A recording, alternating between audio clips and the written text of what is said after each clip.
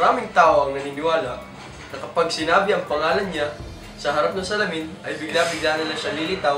Marami ang... Oh, ba't mo pinatay? Hindi naman totoo yan eh.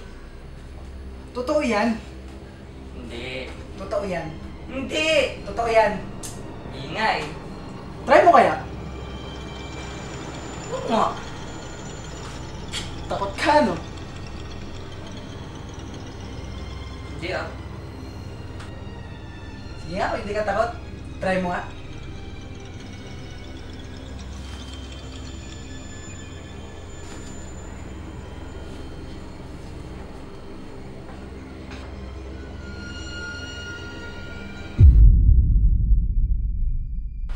Tatlong beses ha.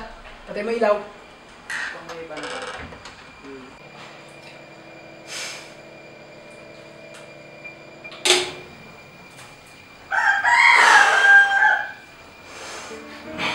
Hindi totoo yun.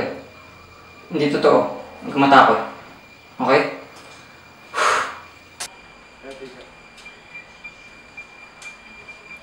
Bilisan mo, uy!